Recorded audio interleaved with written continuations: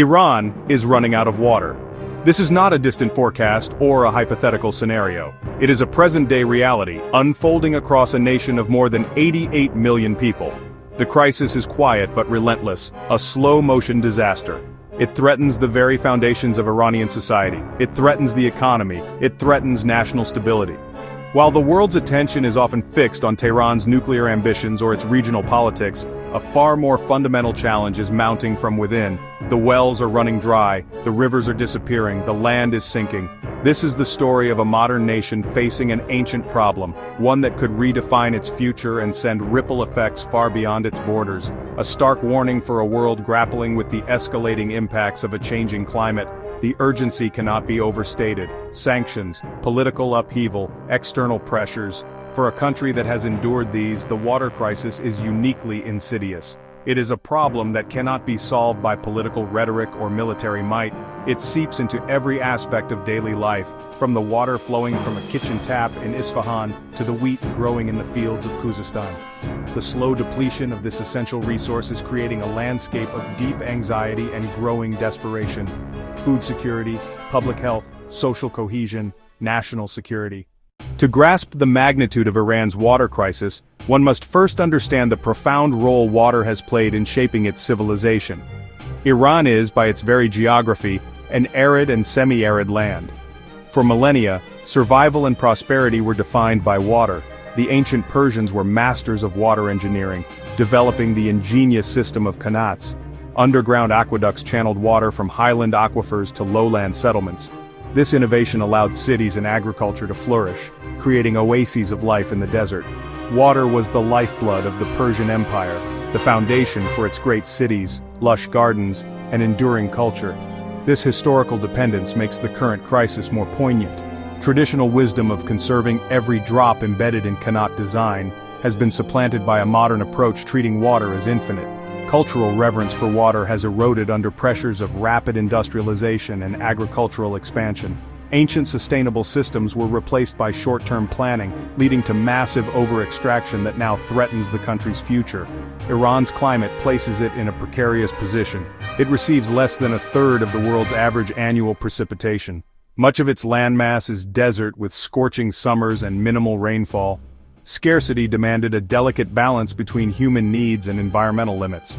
For centuries, that balance was kept by technological ingenuity and social customs governing water use. The breakdown of equilibrium turned chronic scarcity into water bankruptcy, where withdrawals far exceed replenishment. The drying of Iran is more than an environmental problem, it unravels the fabric of its historical identity. The statistics paint a grim and undeniable picture of Iran's descent into a water emergency.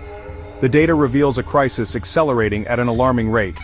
According to official reports and international assessments, Iran is using over 90% of its renewable freshwater resources each year. To put that in perspective, a country is generally considered to be under extreme water stress when it uses over 80% of its available supply. Iran has blown past that red line and is now effectively running a massive water deficit, borrowing from its future by draining its ancient, non-renewable groundwater aquifers. This is an unsustainable path, akin to a household spending its entire life savings with no income to replenish them. Over the past few decades, Iran's per capita renewable water resources have plummeted dramatically. In the 1950s, the figure stood at around 7,000 cubic meters per person per year. Today, in 2025, it has fallen to well below 1,400 cubic meters, the internationally recognized threshold for water stress. Projections indicate it could fall below 1,000 cubic meters, the line for absolute water scarcity, within the next decade. This is not a slow decline, it is a free fall. The country is consuming its groundwater reserves at a rate that is simply impossible to sustain, leading to the irreversible collapse of aquifers that have taken millennia to fill. The evidence of this over-extraction is visible on the ground. Across the country, thousands of wells have gone dry. The water table in many regions has been dropping by several meters each year, forcing farmers to dig deeper and deeper, chasing a retreating resource in a costly and ultimately futile race to the bottom. This has also led to a terrifying phenomenon: land subsidence. Major cities, including parts of the capital, Tehran, are sinking at some of the fastest rates in the world, creating immense risks for buildings, infrastructure, and public safety. This is a physical manifestation of a nation consuming its own foundations. Furthermore, the quality of the remaining water is deteriorating sharply. The numbers, whether measuring quantity or quality, all point to the same stark conclusion. Iran is facing a systemic water bankruptcy, and the consequences of decades of overdraft are now coming due with terrifying speed and certainty. The causes of Iran's water crisis are a toxic cocktail of natural and man-made factors. First, there is the undeniable impact of climate change, rising temperatures, altered weather patterns. Iran is on the front lines, longer, more intense droughts, reduced snowfall in the mountains that feed its major rivers, higher rates of evaporation. Precipitation has become more erratic and less reliable. This is compounded by decades of poor water management and flawed policy. After 1979, Iran launched massive dam building and pushed agricultural self-sufficiency.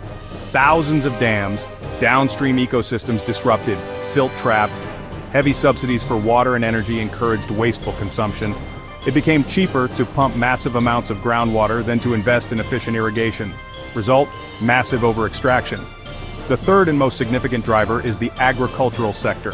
Farming accounts for over 90% of Iran's total water consumption: wheat, rice, sugarcane. These crops are often grown in regions completely unsuited for them. Inefficient flood irrigation methods, abandoned in many arid countries, remain common practice. A staggering amount of water is lost to evaporation before it ever reaches the crops. This relentless demand from agriculture is the primary engine of groundwater depletion. The main reason Iran's aquifers are on the verge of collapse. The government's failure to regulate the drilling of countless illegal wells, now estimated in the hundreds of thousands, has made the situation ungovernable. The result is a system spiraling out of control. Policies meant to secure food are destroying the water needed to grow it.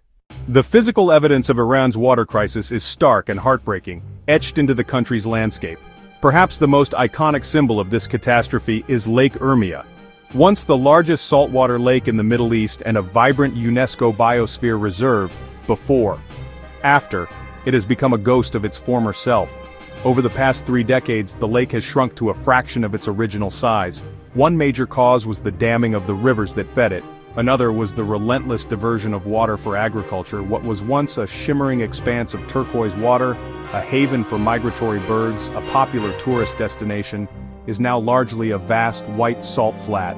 Rusted ships lie stranded miles from the nearest shore. The fate of Lake Urmia is not an isolated incident. Across Iran, other vital wetlands and rivers are sharing a similar destiny. The Zayandeh River, which has flowed through Isfahan for centuries, is now dry for much of the year. Kaju Bridge now spans sand and dust instead of flowing water. COC Pole Bridge crosses a bed of sand and dust rather than a river. This has devastated the local ecosystem and torn the social and cultural fabric of the city. Similarly, the Hamoon wetlands on the Afghanistan border have all but disappeared. A once thriving ecosystem has become a source of devastating dust storms. The crisis extends from these dramatic examples to the very cities where millions live. Cities like Tehran are facing the prospect of strict water rationing. Isfahan is also facing severe rationing measures, and Shiraz is confronting the same threat. Supply systems are strained to their breaking point.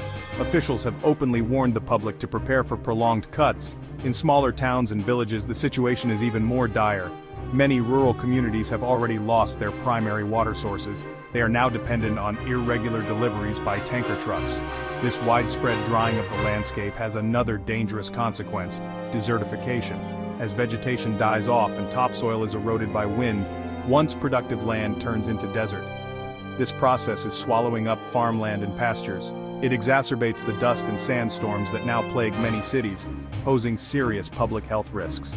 The landscapes of loss are not just ecological tragedies, they represent the shrinking of Iran's habitable and productive space. The map of Iran is being redrawn not by war but by drought. The abstract numbers and drying landscapes translate into profound and painful human consequences. For millions of ordinary Iranians, livelihoods, health, hopes for the future. In the agricultural heartlands, farmers on dry land wells running dry fields turning to dust. Loss of water means crops lost, livestock lost, income lost.